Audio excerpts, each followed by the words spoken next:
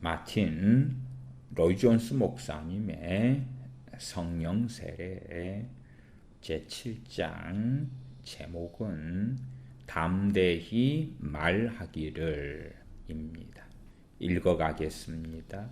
교회는 사람이 학문적인 가르침과 배움으로 이런 지식을 얻을 수 있다고 생각하는 오류를 범하고 있습니다.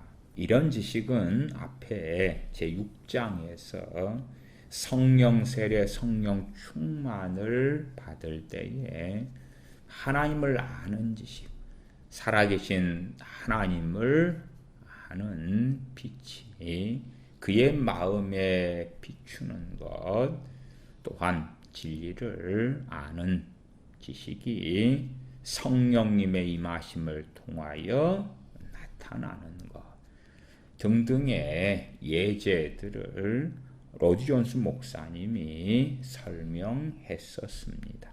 교회들은 이러한 하나님을 아는 지식을 성경 공부 그런 것들을 통하여 얻을 수 있다고 생각하는 오류를 범하고 있다. 계속 읽어갑니다.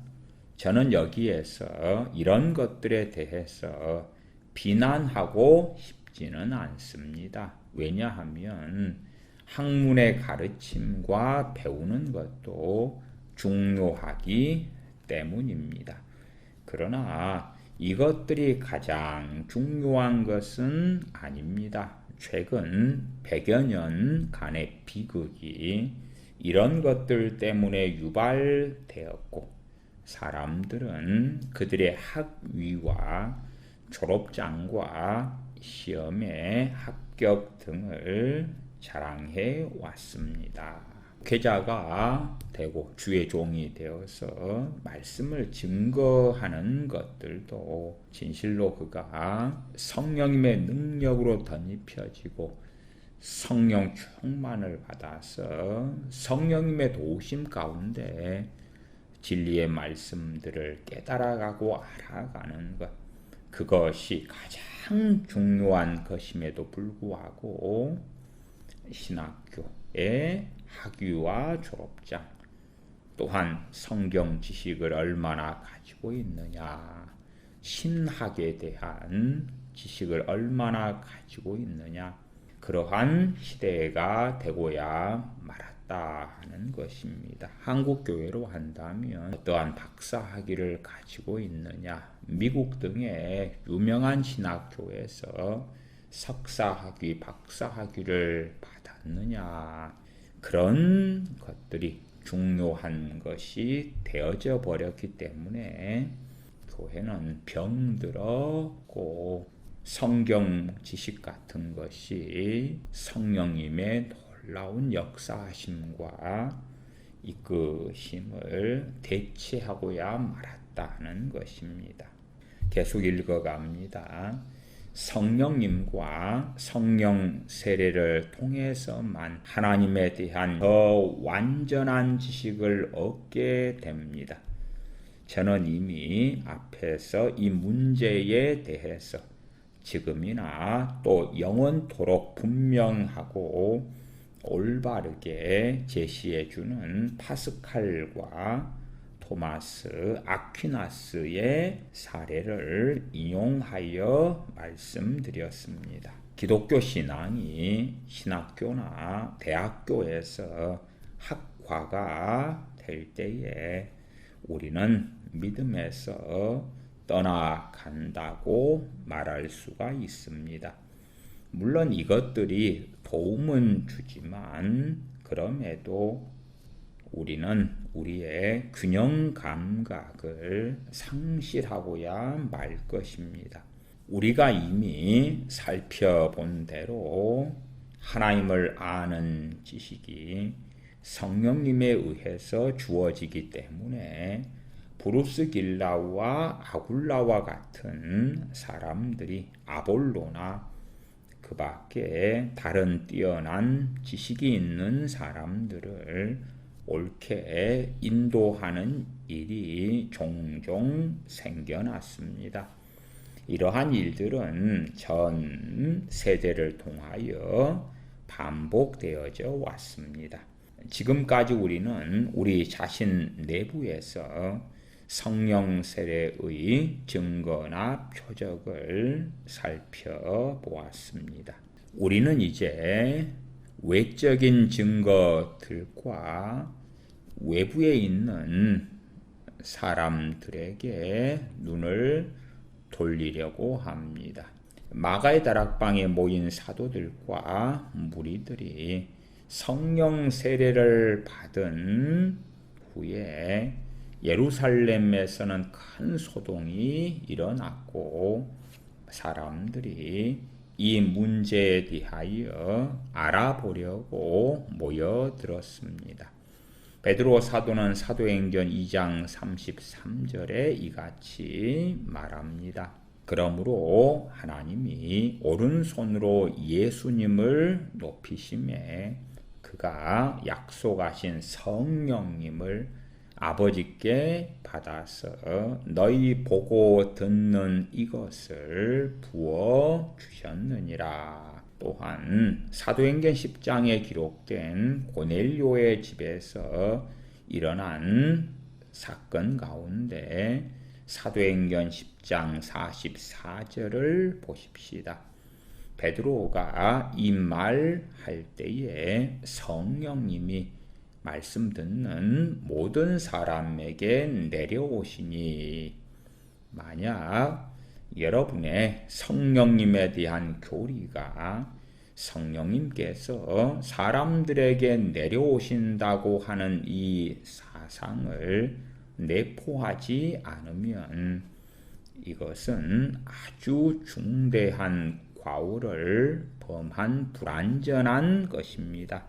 제 생각에는 이것이 실로 20세기에 거의 100여 년 동안에 특별히 문제가 되고 있는 것 같습니다.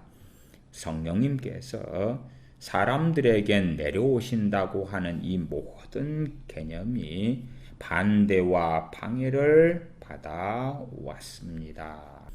저 같은 경우도 많은 신학책들 또한 신학교에서 공부할 때나 목사님들의 주장과 가르침들에 성령님의 믿는 자 안에서의 내주가 중심이 되고 그것을 강조하면서 이미 중생한 사람들에게는 성령님이 내주하고 계시는데 성령님께서 임하신다, 내려오신다 그러한 주장을 하면 안 된다 하는 것들을 많이 들었습니다. 그래서 제 개인적으로도 그러한 주장에 대한 상당한 충돌들 때문에 진통을 몇 년을 겪기도 했습니다. 그런 가운데 저는 어떠한 깨달음을 통하여 그러한 진통, 그러한 공격, 성령님께서 내주하시는데 어떻게 임하시느냐 하는 것을 벗어나게 되었냐 그러면 성령님께서는 삼위일체 하나님이시기 때문에 성령님을 어떻게 제한할 수 있는가? 성령님께서는 내주하시기도 하지만 또한 강림하시기도 한다. 성령님께서 어떤 사람에게 내주하신다 해서 하나님 되시는 성령 하나님께서 그에게 임하신다. 그의 위에 계신다. 그러한 일을 성령님께서는 도무지 못하신다. 그런 주장을 한다면 성령님께서 하나님이 아니시다. 그런 주장이 되는 것이다 하는 깨우침을 저는 기도 중에 얻게 되었습니다. 그래서 많은 신학책들이나 신학교 교수님들, 박사님들 또한 목사님들의 교리 해석을 통한 논쟁에서 자유롭게 제 개인적으로는 되었습니다. 마틴 로이존슨 목사님도 당시에 성령님께서 내주하시는데 성령님께서 사람들에게 내려오신다니, 그러한 사도행전에 있는 말씀들을 부인하는 시대에 살고 있었다. 그래서 그 다음 내용에는 성령님에 관한 책들을 여러분들이 읽으신다면 성령님께서 강림하신다, 그런 내용들이 전혀 언급조차 되어 있지 않음을 여러분은 발견하게 되실 것입니다. 꼭 이야기합니다. 제 개인적으로도 그러한 것들을 많이 겪어와서 논란 속에, 때론 논쟁 속에 살아왔기 때문에 한국 교회에 있어서 정말 심각한 문제 중에 하나가 성령님에 대한 잘못된 이해다. 그래서 베드로 사도가 영광의 영이 너 위에 계심이라. 어떤 사람들요, 주님으로 인하여 핍박받는 사람들, 그러한 말씀들이 이해하지 못하지요. 성령님께서 내주하시는데 왜 위에 계시냐?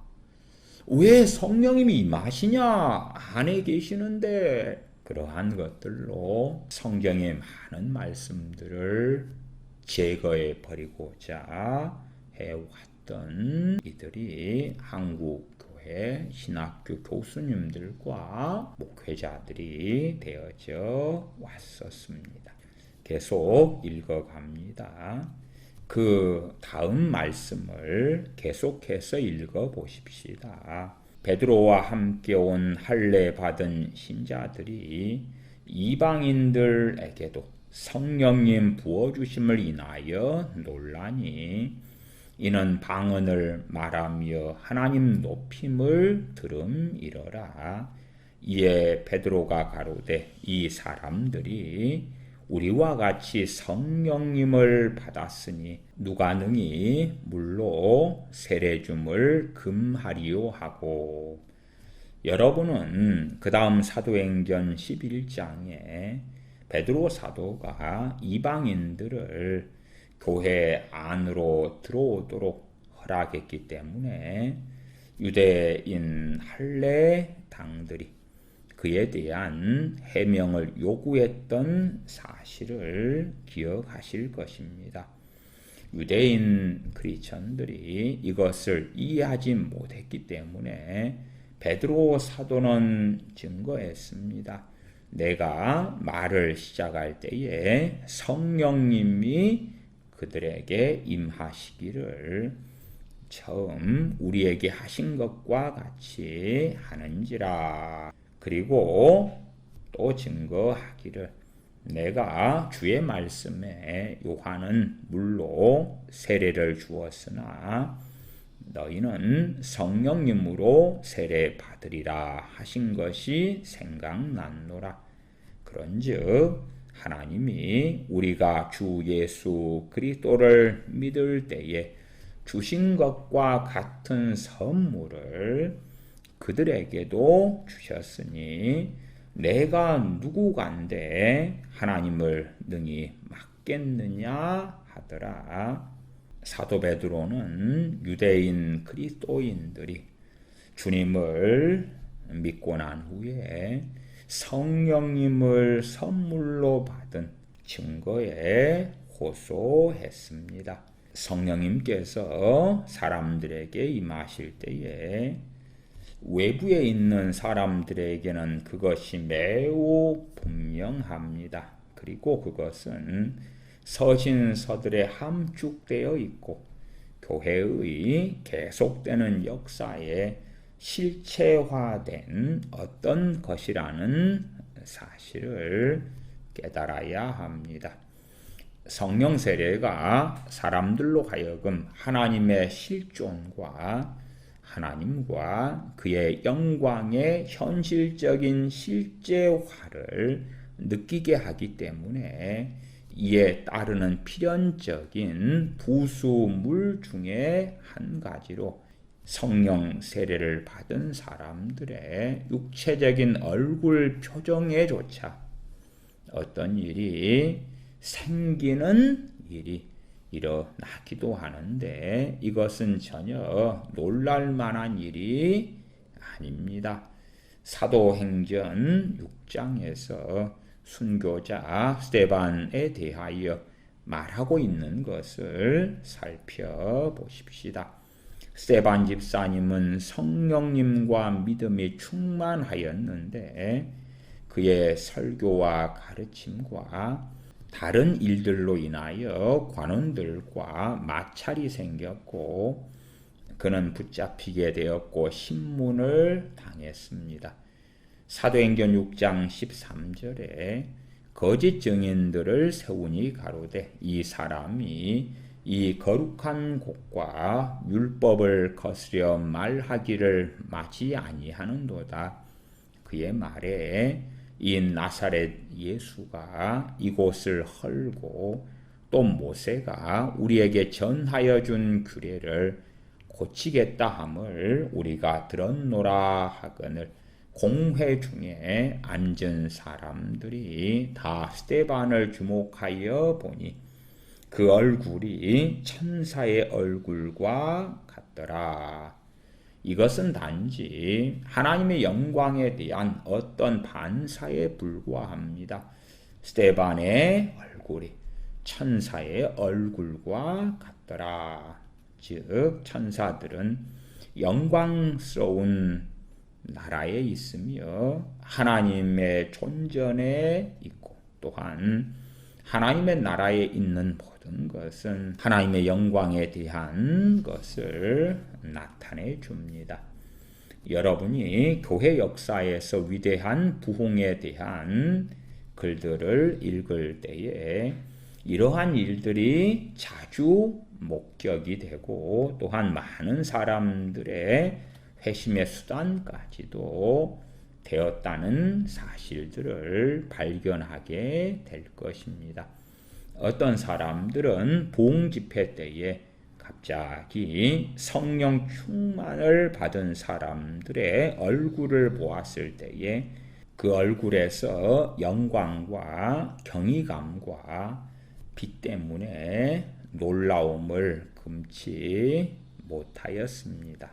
저는 저와 친근하게 지내며 잘 알고 있는 사람에게서 부흥에 관한 이야기를 들었는데 그는 1904년에서 5년 웨일즈의 부흥운동 시에 어떤 것을 체험했던 사람입니다.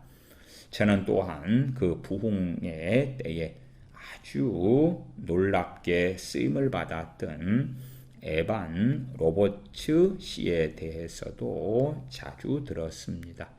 사람들은 그의 빛나는 얼굴을 보았고 압도당하였습니다.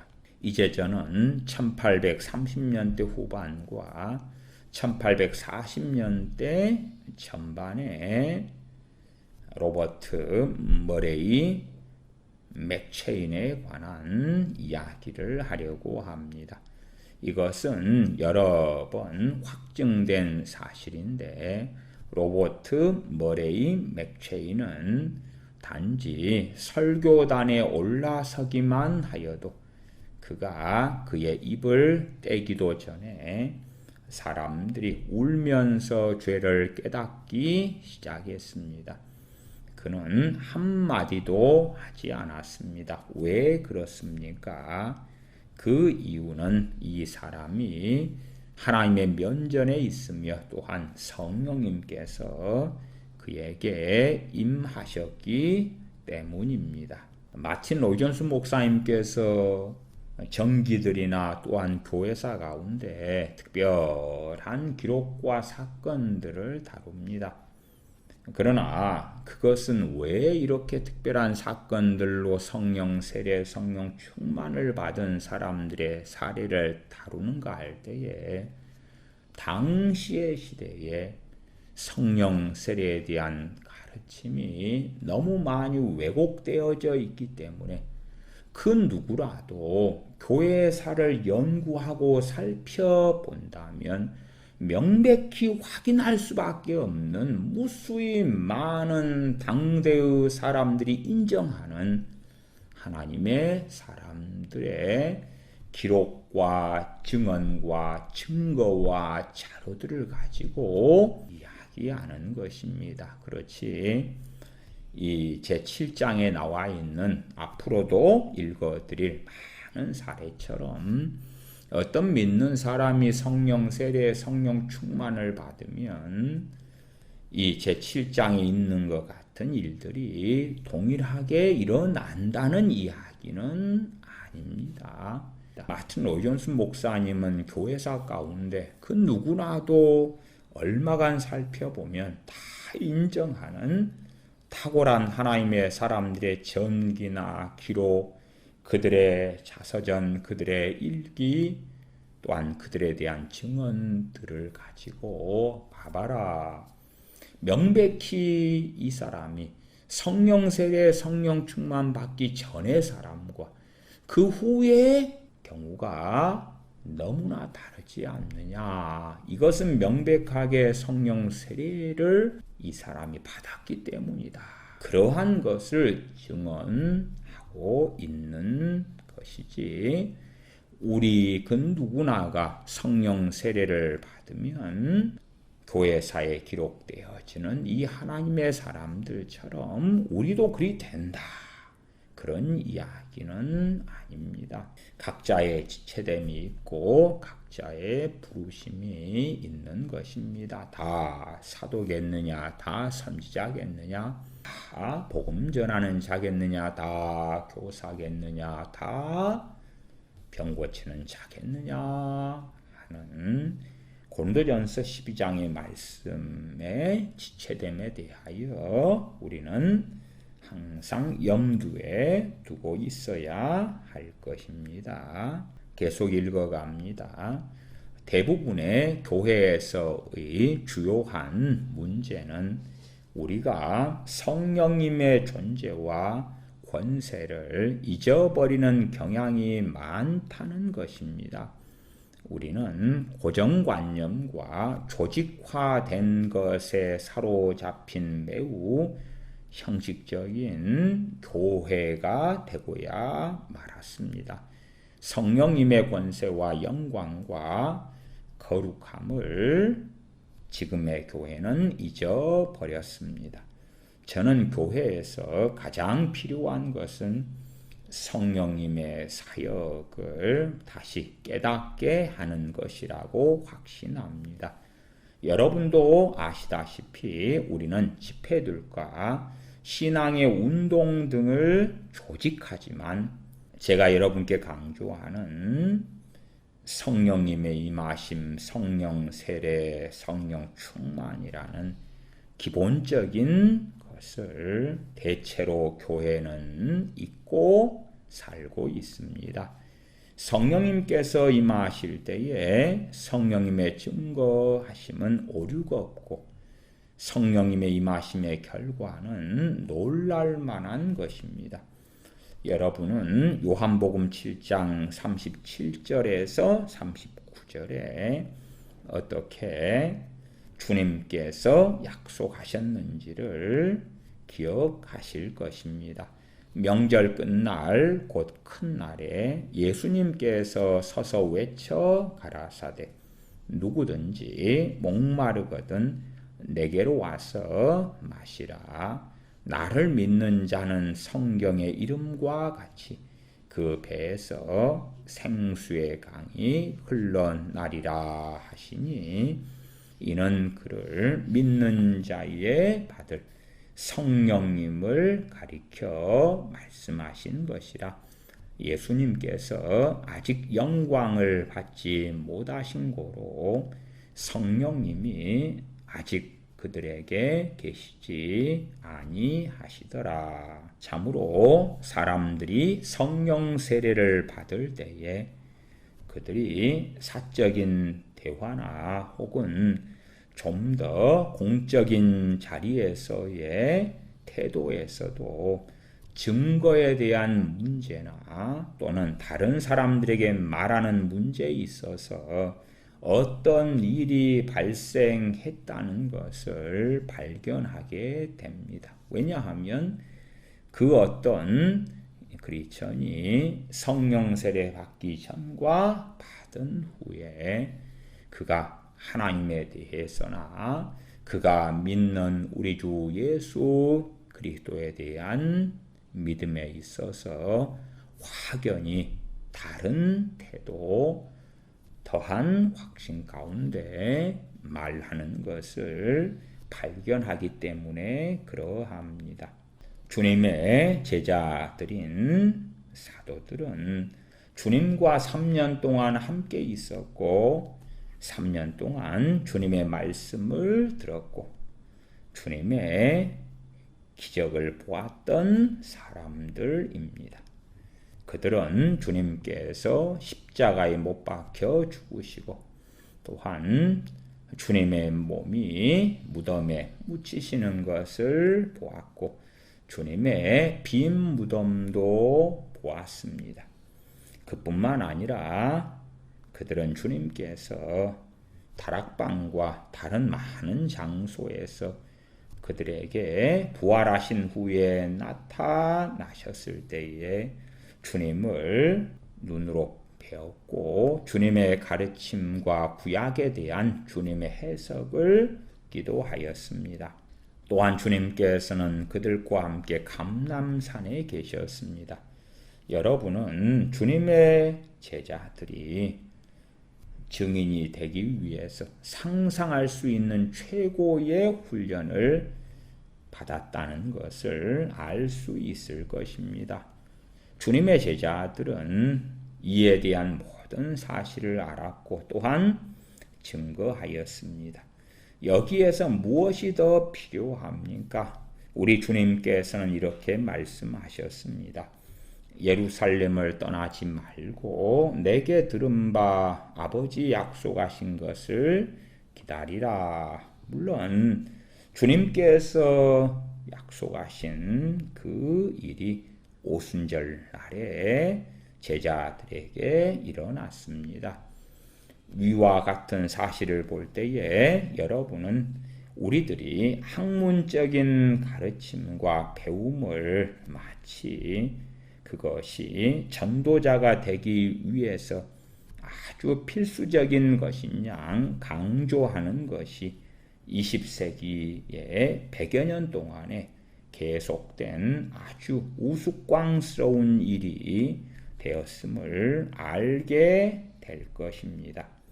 제가 역사 속에서 읽고 아는 모든 사람들 중에서 이 같은 판단의 막대기로 전도자를 측정하는 사람들을 보지 못했습니다마는 지금의 세대에서는 그 주의 종이 어떠한 학문적인 배움을 얻었는가, 그가 어느 학교를 나왔는가 하는 것으로 사람들을 판단하는 시대가 되고야 말았습니다. 지금 시대에는 대학을 나오거나 신학교를 나오고 신학대학원까지 3년을 나와야 목회자가 되지요. 목사 안수를 받아요.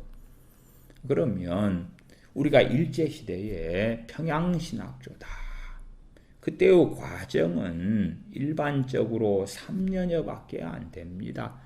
지금 같은 많은 신학책들이 있지도 않았고 그러나 성령 충만한 주의 종들에게서 신학생들은 배웠었죠. 짧은 시간을 배웠습니다마는 얼마나 평양신학교를 통해서 위대한 주의 종들이 나왔는가를 우리는 교회사를 통하여 압니다. 훨씬 더 좋은 프로그램과 시스템과 더 많은 기간, 더 많은 학문들이 있기 때문에 탁월한 주의 종을 배출할 수 있는 것이 아니더라. 성령 충만한 주의 종이 말씀을 가르치고 그 말씀을 듣고 배우면서 성령 충만을 받고 성령님의 역사하심과 도우심 가운데 거했던 이들이 하나님께 쓰임받는 주의 종이 되었던 때가 일제시대의 평양신학교 같은 배움의 장이었습니다. 계속 읽어갑니다. 우리 모두가 훌륭하고 학식이 겸비된 사람들이 되어서 이렇게 말했습니다. 지금 사람들은 교육을 받기 때문에 그런 오래된 타입의 설교는 이제 더 이상 만족을 주지 못합니다. 지금 사람들은 점점점 학문이 늘고 있고 학교에서 배우고 있고 중산층이 많아지면서 생활이 윤택해지며 번영하고 있는 것입니다. 그렇게 말한다는 것입니다. 성령님의 역사 가운데 말씀을 증거하는 그런 것이 아니라 점점점 가방끈이 길어지고 배움이 많아지고 삶이 윤택해지기 때문에 지금 현 시대의 그리스도인들에게 지식을 전달하며 더 나은 배움을 전달하고 학식을 가진 가운데 설교하는 것이 필요한 시대가 되었다.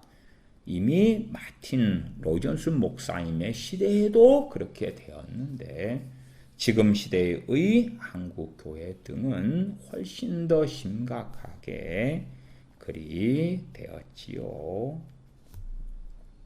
계속 읽어갑니다. 그리고 그때에 뒤따른 것은 교회의 급격한 영적인 황폐함입니다. 영적으로 신앙적으로 황폐하게 되고야 말았다는 것입니다. 왜요? 성령님을 소멸한 교회, 성령님을 물리친 교회, 시스템화되고 조직화되고 성경 공부 교재들 또한 상당한 학식 가운데 이성 가운데 성령님의 역사 없이 논리적으로 학문을 가지고 전하는 설교의 시대. 그리고 이것은 교회에 특히 자유교회에 들어오게 되었는데 교회에서는 이제 예배에 다른 형식들을 모방하기 시작했고 세상에 있는 것들을 교회에 끌어오기 시작하는 거예요. 그러면서 형식, 배움, 문화 등이라는 말들이 생겨났습니다. 대한민국 교회에도 교회의 문화가 이제는 세상 문화에 뒤처지고 있다. 그러기 때문에 세상 문화를 끌고 들어와 가지고 그 세상 문화 가운데 교회가 행해야지만이 다음 세대를 교회로 끌어올 수 있다. 그러한 주장들이 만연하기도 해요. 계속 읽어갑니다. 이제 여기에 대해서 비평하려고 합니다. 왜 신약 성경을 그대로 고수하지 않습니까? 왜 그들이 이 같은 치명적인 실수를 저질렀습니까?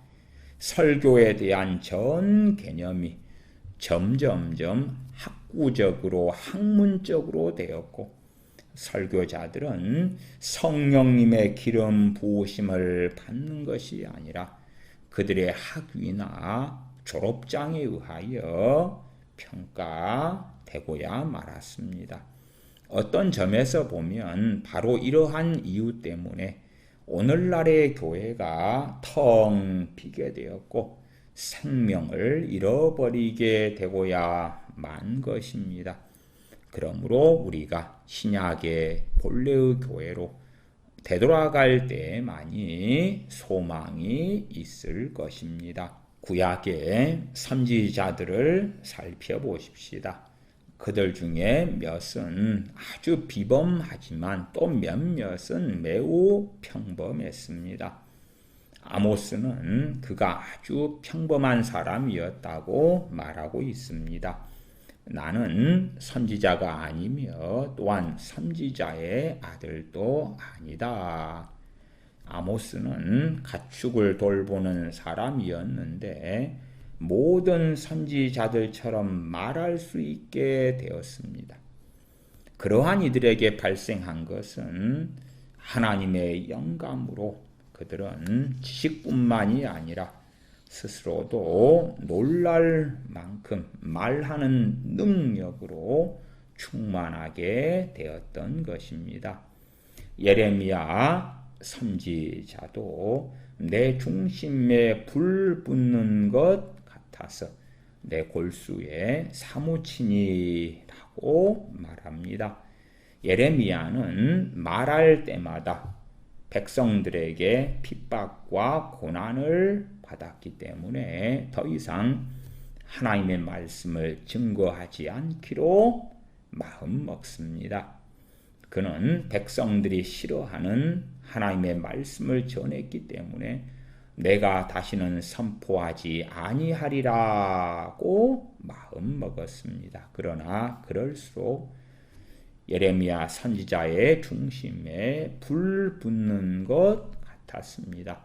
성령님께서 그렇게 하신 것입니다. 저도 1995년 2월에 성령 충만을 받았는데 그 전에도 성령 충만을 많이 받아왔어요. 제일 처음 받은 성령 세례 성령 충만은 1987년 7월 31일이었고요. 근데 처음 87년부터 성령 충만을 받고 그리고 중고등부 교사도 하고 주일학교 교사도 하고 대학생들을 성경 공부도 인도하기도 하고 하는 등등 때때로는 설교를 하는 자리에도 서기도 했어요. 그러나 그 많은 것들이 쉽지는 않았어요. 그러다가 1995년 2월에 성령 충만을 받으면서 설교의 은사가 임했어요. 그 전에는 제가 설교할 기회가 생겼을 때는 설교 준비하는데 이렇게 고심하고 저렇게 고심하고 그래서 가능하면 저는 설교할 기회를 피해왔어요.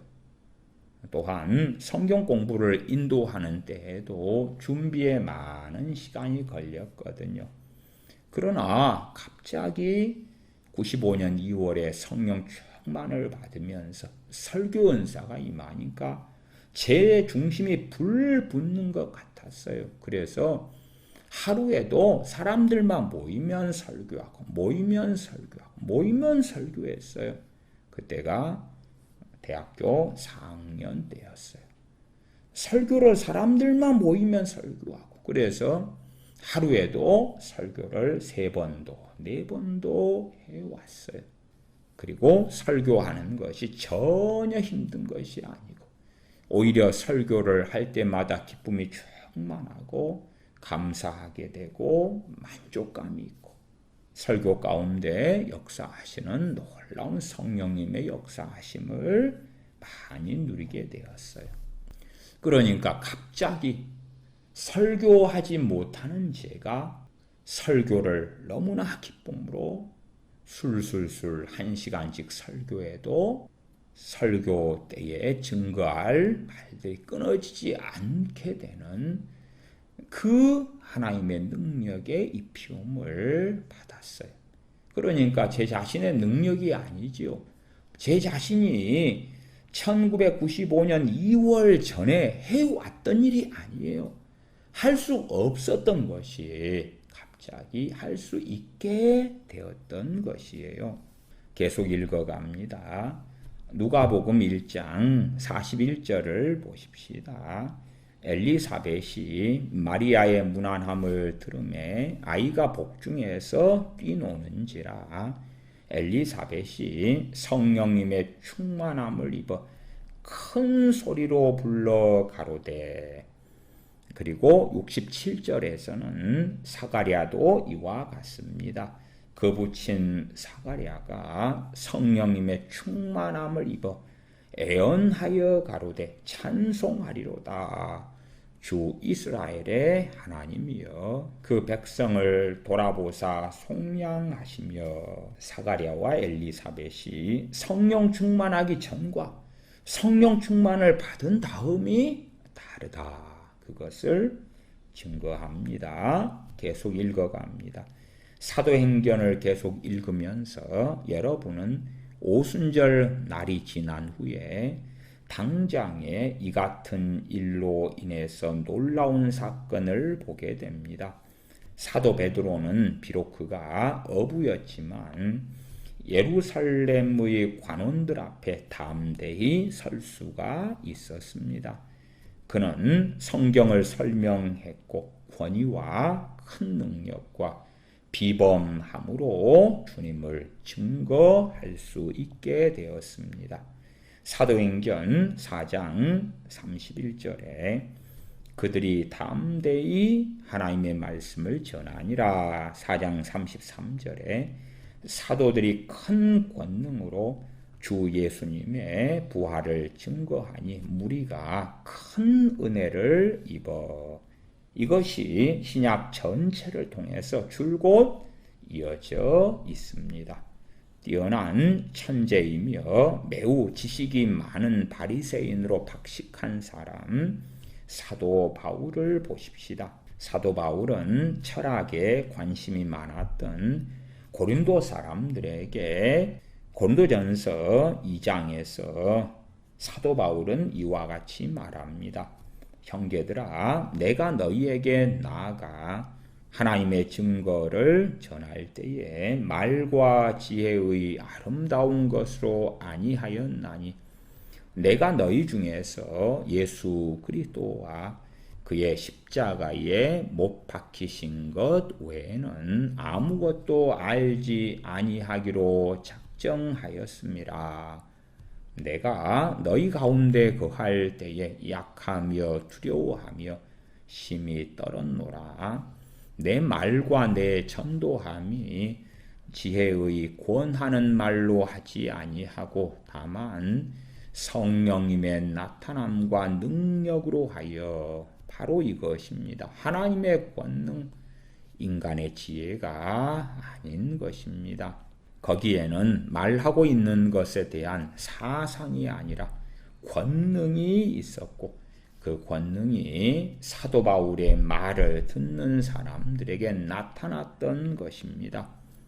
우리는 이미 사도 바울이 데살로니가인들에게 어떻게 복음이 그들에게 전해졌는지를 상기시켜주는 말씀을 살펴보았습니다. 이는 우리의 복음이 말로만 너희에게 이른 것이 아니라 오직 능력과 성령님과 큰 확신으로 된 것이니 신약 전체에서 줄곧 언급되고 있는 것이 바로 이것입니다.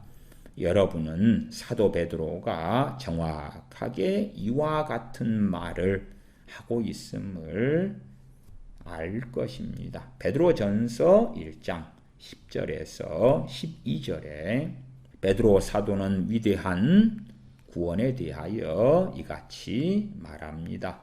이 구원에 대하여는 너희에게 임할 은혜를 애언하던 선지자들이 연구하고 부지런히 살펴서 자기 속에 계신 그리스도의 영이 그 받으실 고난과 후에 얻으실 영광을 미리 증거하여 어느 시 어떠한 때를 지시하는지 상고하니라.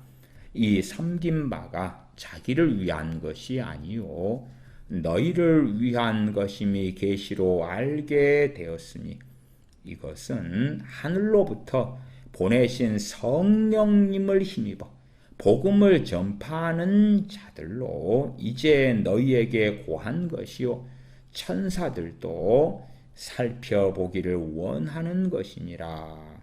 하늘로부터 보내신 성령님을 힘입어 복음을 전파하는 자들로 이제 너희에게 고한 것이요 천사들도 살펴보기를 원하는 것이니라.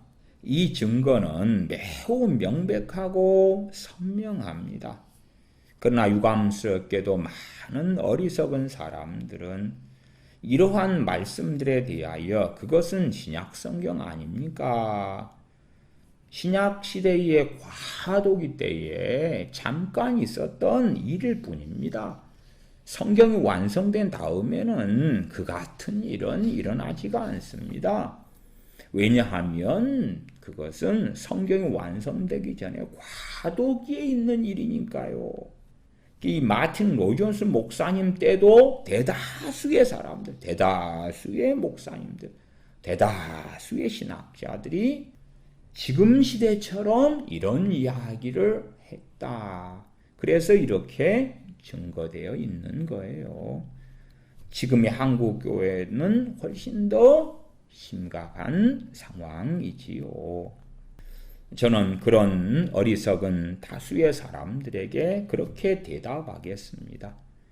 그것이 단지 과도기 때에 성경이 완성되기 전에 잠깐 있는 것에 불구하고 성령 세례, 성령 충만을 사도행전처럼 받는 일은 없는 것이라면 당신들은 교회의 역사 가운데 부흥의 역사를 살펴보시라고. 그러면 얼마나 놀랍게 성령님께서 임하시며 역사하시며 행하셨는지를 명백하게 보게 될 것이고 결코 사도행전에서 끝나는 일이 되지 않음을 알 것이다.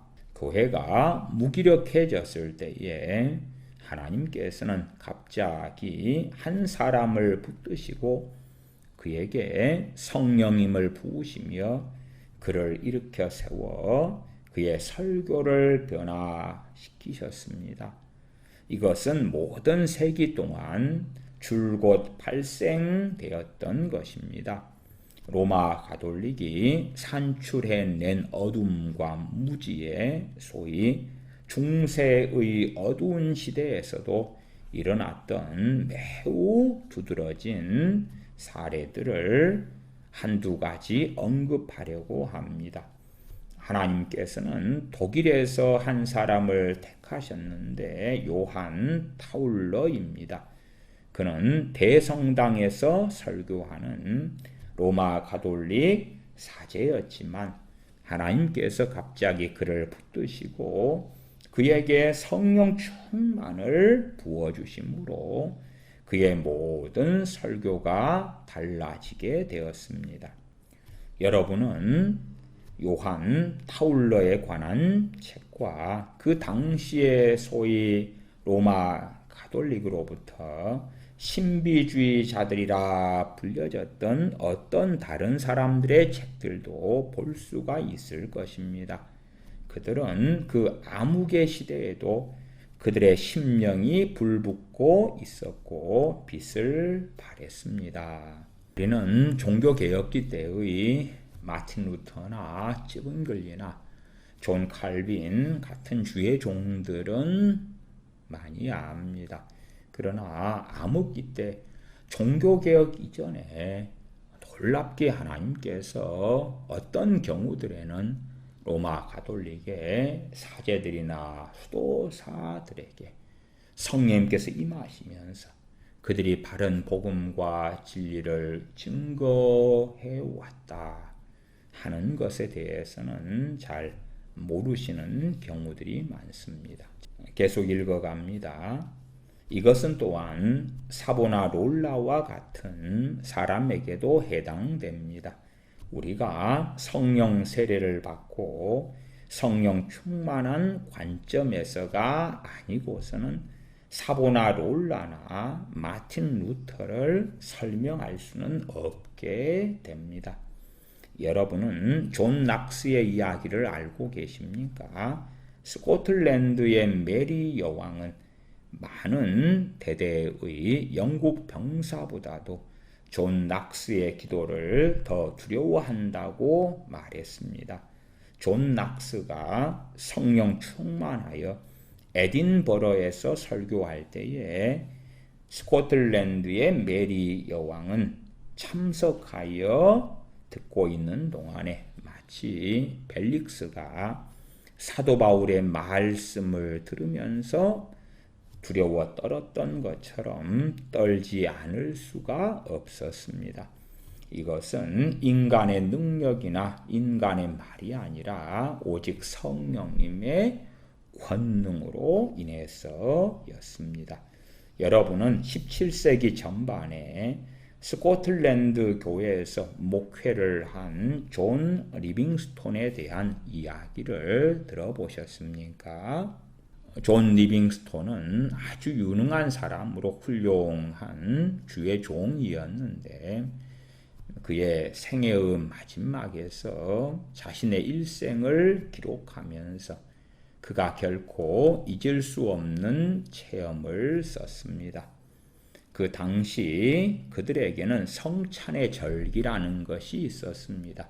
성찬의 절기는 목요일에 시작해서 금요일, 토요일, 주일에 모임이 있고 월요일에 마지막 모임이 있었습니다. 1630년 6월에 존 리빙스톤과 다른 사람들은 키어르 코쇼트라 불리는 곳에서 성찬 절기에 참석했고 사실상 거기에서 존 리빙스톤이 6월 21일 월요일에 설교자로 정해졌습니다. 존 리빙스톤은 언제나 좋은 설교자로 성경을 주석하고 교리에 밝았고 성경을 쪼개는데 능력 있는 사람이었습니다. 그래서 그가 월요일에 설교하기로 예정되었습니다. 그가 아침 8시에서 9시 사이에 기도하러 들에 나갔는데 거기에서 마귀의 유혹을 받았습니다. 너는 집으로 가든지 사라져 버리라. 리빙스톤은 이렇게 많은 사람들 앞에서 설교하는 것을 두려워하였기 때문에 집으로 가든지 혹은 다른 장소로 사라져 버리라고 하는 심각한 마귀의 유혹을 받았습니다. 그러나 그가 마귀의 시험을 극복하고 설교할 시간이 되자 그는 에스겔 36장 25절 26절을 펴고서 성령님에 대한 말씀을 증거했습니다. 그가 약 1시간 반 동안 성령님에 대한 교리를 설명하고 간략히 그의 설교를 적용시키려고 했습니다. 그러나 그는 갑자기 자기에게 어떤 일이 일어나고 있음을 직감하고 그가 당초에 짧게 하려고 의도했던 적용에 대해서 1시간 더 길게 말씀을 이어갔습니다. 그리고 리빙스턴의 설교가 계속됨에 따라서 놀라운 일들이 발생하고 있었습니다. 사람들이 땅바닥에 내려앉았고 다른 이들도 주저앉아 울고 있었습니다. 그리고 추정하건대 최소한 500명 이상이 그 한편의 설교로 인하여 회심하게 되었습니다.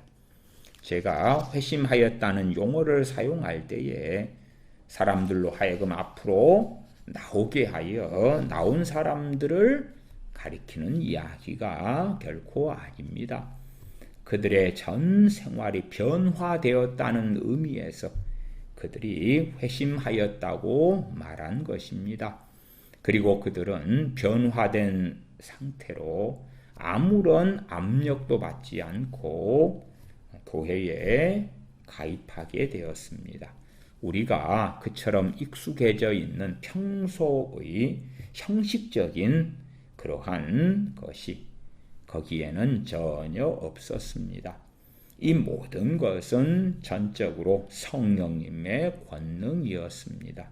그리고 매우 주목할 만한 일은 리빙스톤이 다시는 그와 같은 예배를 드리지 못했다는 것입니다. 그것은 그의 생애에서 오직 단 한 번뿐이었습니다.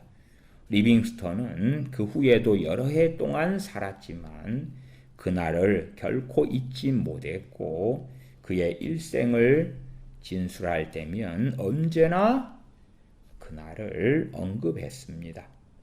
한 사람이 선택되었고 그는 갑자기 이전에 전혀 몰랐고 후로도 다시는 알 수 없을 그런 능력으로 말할 수 있게 되었다는 것입니다. 그것에 대한 유일한 설명은 바로 성령 세례가 사람들로 하여금 능력으로 말하며 전할 수 있게 한다는 것입니다. 저는 성령 세례만이 아니라 성령 충만도 함께 언급하고 말씀드리고 있어요. 왜냐하면 마틴 로이존스 목사님 같은 경우는 어떤 사람이 성령 세례 받고 그리고 나중에 또 성령 충만을 받는데 그것까지도 가능한 대로 성령 세례에 포함시켜서 다루고 있는 경우들도 때때로 발견하기 때문에 그렇습니다. 계속 읽어갑니다. 우리는 이미 앞에서 몇 가지의 인용 중에서 200년 전 웨일즈에서 하웰 해리스가 어떻게 성령 세례를 받았으며 또 그 결과로 이 사람이 능력 있게 말할 수 있었는가에 대해서 살펴보았습니다. 해리스는 학교 선생이었습니다. 그는 전도자가 되려는 생각은 전혀 없었고 다만 계속해서 아이들을 가르치는 것으로 만족해 왔습니다. 그런데 그가 회심하게 되었고 회심한 지 약 5주 후에 그가 항상 불의 세례라 부르던 그 세례를 받았습니다. 불과 권능. 여러분이 이것들을 어떤 단어로 부르는가 하는 것이 중요한 것은 아닙니다.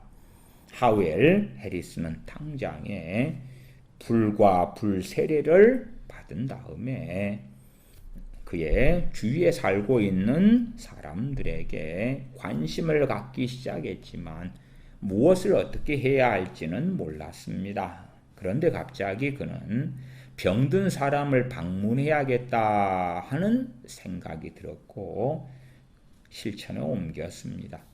그러나 단지 병든 사람을 방문하는 것으로는 충분하지 않았기 때문에 어떻게 그들을 도와야 할까 생각했습니다. 그래서 그는 경건서적들을 구해다가 병든 사람에게 읽어주어야 되겠다 생각했습니다.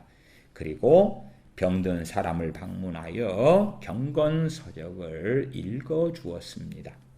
그런데 하웰 해리스가 다른 사람들의 경건서적을 읽는 솜씨가 매우 뛰어나서 이 내용을 듣는 사람들은 자기들의 죄를 깨닫고 회심하였습니다.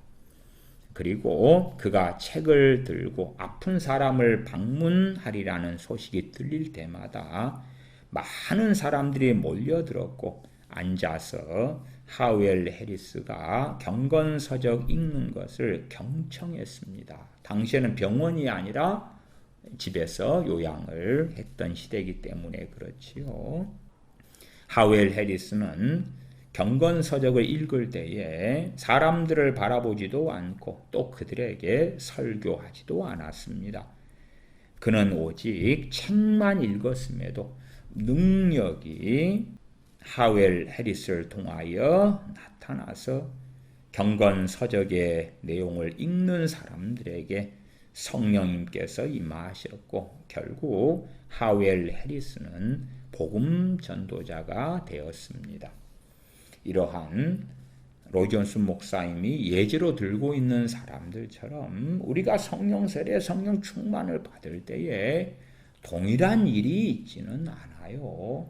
우리가 아시다시피 사도행전 6장에서 사도들이 구제하다가 헬라파 과부들을 빼먹게 되죠. 그래서 문제가 생겨서 7 집사님을 세우게 됩니다. 7 집사님의 조건이 무엇입니까? 믿음이 충만하고 지혜가 충만하고 성령 충만한 사람.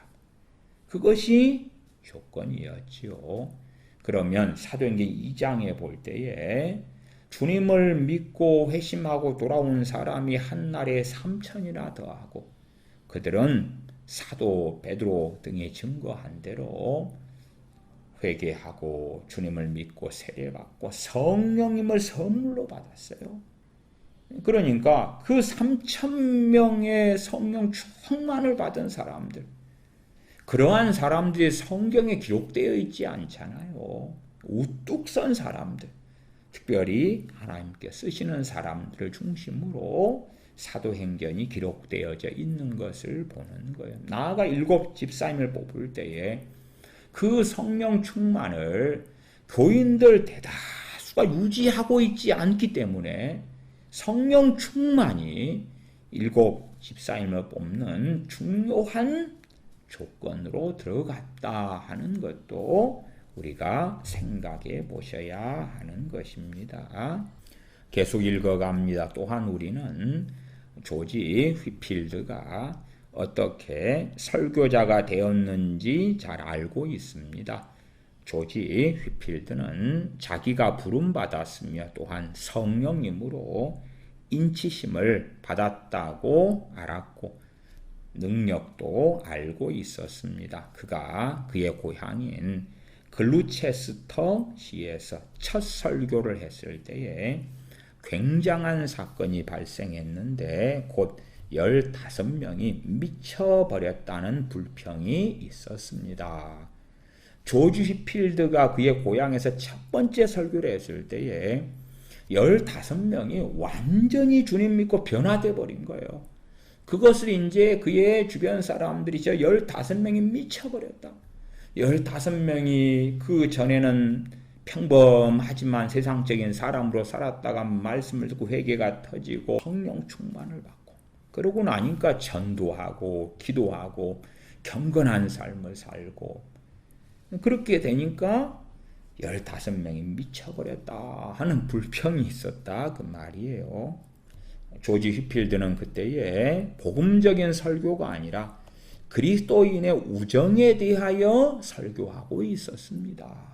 저도 한 성령님의 능력으로 기름 부음 받은 부흥사분들이 설교 내용이 너무 평이하고 특별한 게 없어요. 하나님의 사랑이나 우리 주 예수 그리스도의 십자가의 복음이나 이런 걸 설교하지 않고 그냥 뭐 그저 그런 평범한 내용으로 설교하는데 누군가에게 회개가 터지고 병이 치유되고 그런 사건들을 목적한 적들이 있어요.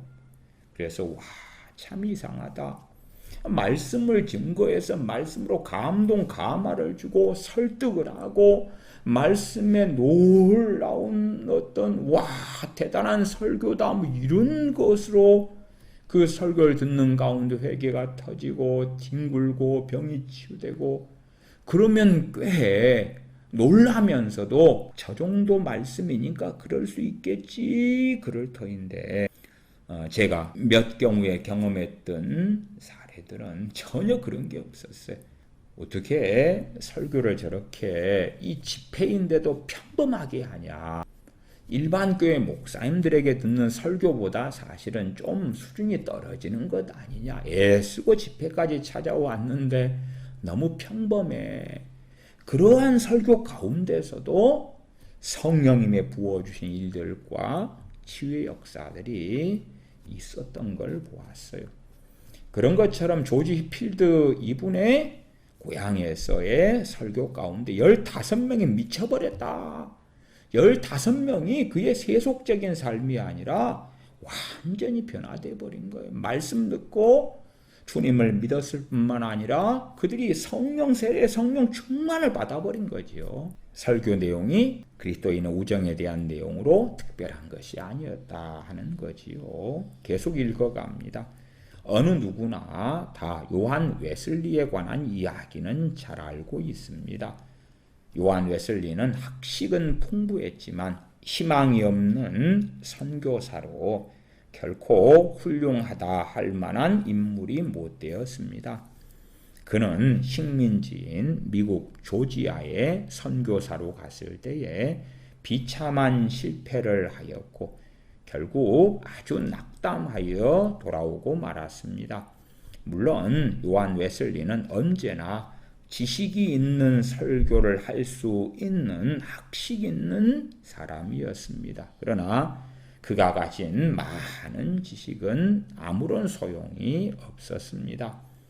그러나 그가 올더스 게이트 가에서 체험을 한 후에 그는 갑자기 능력으로 말씀을 증거했고 복음 전도자가 되었습니다. 여러분은 찰스 피니의 자서전에서도 똑같은 것을 발견하게 됩니다. 또한 저는 다른 이야기를 하나 하려고 합니다. 1857년에서 1859년에 부흥운동이 일어났습니다. 1857년에는 미국에서, 1858년에는 북아일랜드에서, 그리고 1859년에는 웨일즈에서 있었습니다. 이것은 성령님의 권능이 사람들에게 임하시는 증거입니다.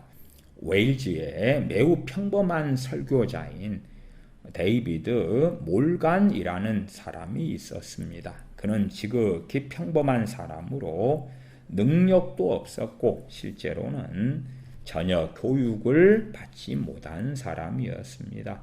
그는 착하고 신앙심이 깊은 사람이었는데 그가 목수였을 때 설교를 시작했기 때문에 결국 목회의 사역에서 거절되었습니다. 그러나 이 사람은 웨일즈에서 1859년에 부흥 때에 누구보다도 먼저 하나님께 쓰임받은 사람이었습니다. 다음이 그의 이야기입니다. 그는 어느 날 밤 어떤 모임에서 매우 감동을 받았고 후에 그의 친구에게 이렇게 말했습니다. 나는 여느 때처럼 그날 밤도 잠자리에 들었네. 나는 예배를 드리면서 권능을 느꼈지만 그냥 잤다네. 그런데 내가 다음날 아침에 눈을 떴을 때에 나는 다른 사람이 되었다는 것을 깨달았네. 나는 사자처럼 큰 힘을 느꼈다네. 그리고 데이비드 몰간은 굉장한 능력으로 말씀을 증거하기 시작했고 그것이 2년 동안이나 계속되었습니다. 그리고 나서 이 친구에게 말했습니다. 어느 날 밤 나는 2년 동안 나와 함께 했던 이 능력으로 충만하여 잠에 빠져들었는데 다음날 아침에 일어났을 때에 나는 다시금 과거의 데이비드 몰간으로 되돌아왔음을 발견하게 되었네. 그리고 데이비드 몰간은 약 15년 동안 그가 죽을 때까지 계속 데이비드 몰간으로 남아 있었습니다. 이를 설명해 주는 유일한 길이 있습니다. 그것은 성령님께서 그 사람에게 임하셔서 그를 충만케 하셨다가 다시금 그를 이전 상태로 되돌려 놓으신 것입니다. 그것은 그가 어떤 잘못을 범했기 때문이 아니라 성령님께서 주권적으로 그에게 그러한 권능을 주실 수도 있고 그 권능을 철회하실 수도 있으시다는 것입니다. 저는 이미 여러 차례 D.L. 무디에 관한 이야기를 언급했습니다. 뉴욕시의 거리에서 D.L. 무디에게 임했던 성령 세례가 그를 지금의 무디로 만들었습니다. 물론 저는 D.L. 무디 선생님이 받은 성령 세례는 그보다 훨씬 앞에 있었다고 설명드렸어요. 그리고 나중에 뉴욕에서 받은 건 성령 충만이에요. 성령 충만을 받았는데 그 전에는 놀라운 권능으로 입혀지지는 않았다가 뉴욕에서는 성령의 권능으로 사역을 위하여 입혀지는 성령 충만을 받은 것이에요. 그러한 것에 대하여 로이 존스 목사님은 그냥 성령 세례를 뉴욕에서 무디가 받았다 그렇게 해버리고 말았습니다. 계속 읽어갑니다. R.A. 토레이 박사도 그와 같은 말을 합니다.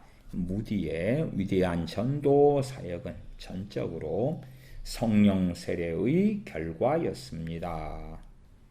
또한 여러분이 기독교 선교 연합회를 시작한 A.B. 심프슨 박사의 생애를 읽으실 때도 이와 똑같은 일을 발견하실 것입니다.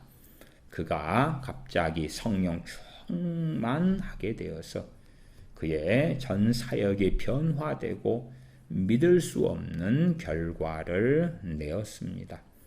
여러분이 이렇게 말할는지 모르겠습니다. 이 모든 사람들은 다 예외적인 사람들입니다. 그러나 제가 분명히 말씀드리고 싶은 것은 만약에 성령님의 권능이 그들에게 임하지 않았더라면 우리는 그들에 대하여 전혀 듣지 못했을 것입니다. 우리가 그들을 알고 있는 건 그들에게 성령의 권능이 임해서 대다수의 평범한 그 사람들이 성령의 권능을 통하여 쓰임받았기 때문에 그들의 삶이 전기로 기록으로 알려져 가지고 알게 되었다 하는 이야기죠. 그래서 그러한 사람들이 전체적으로 유명하고 탁월하고 대단한 사람들이었기 때문에 성령 충만을 주신 게 아니다 하는 것을 로이 존스 목사님은 이야기하는 것입니다.